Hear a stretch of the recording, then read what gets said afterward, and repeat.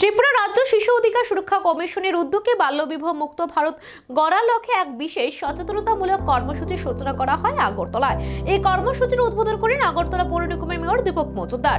উদ্বোধনী অনুষ্ঠানে উপস্থিত ছিলেন ত্রিপুরা রাজ্য শিশু অধিকার সুরক্ষা কমিশনের চেয়ারপারসন জয়ন্তী দেববর্মা, আগরতলা পৌর নিগমের নর্থ জোনের চেয়ারপারসন প্রদীপ চন্দ্র এবং সদর মহকুমা শাসক মানিকলাল দাস সহ অন্যান্য বিশিষ্ট ব্যক্তিবর্গ। অনুষ্ঠানের শুরুতে পরিবেশ রক্ষার বার্তা দিয়ে বৃক্ষরোপণ করেন আগরতলা পৌর নিগমের মেয়র দীপক মজুমদার সহ অন্যান্য অতিথিরা। এই কর্মসূচির মাধ্যমে সমাজে বাল্যবিবাহের কুফল সম্পর্কে সচেতনতা বৃদ্ধি এবং শিশুদের অধিকার সুরক্ষার বার্তা তুলে ধরা হয়।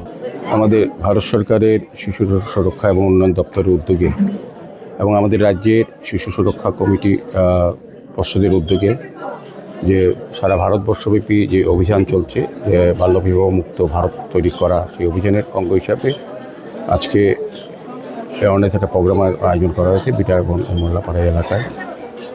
তো আমি বলবো যে আমাদের ভারত সরকার এবং আমাদের রাজ্য সরকার, আমাদের যে পর্ষদ শিশু সুরক্ষা কমিটি, তারা যে উদ্যোগ গ্রহণ করেছে সারা রাজ্যব্যাপী দেশব্যাপী, এটাকে সফল করার জন্য আজকের এই সচেতনতামূলক প্রোগ্রাম।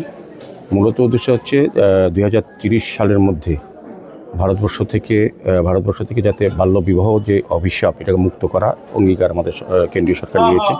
সেটাকে সামনে রেখে আমাদের রাজ্য সরকার এবং আমাদের শিশু সুরক্ষা কমিটি যারা আছেন তারা উদ্যোগ গ্রহণ করেছেন যে প্রতিটি জায়গায় রাজ্যের বিভিন্ন অঞ্চলে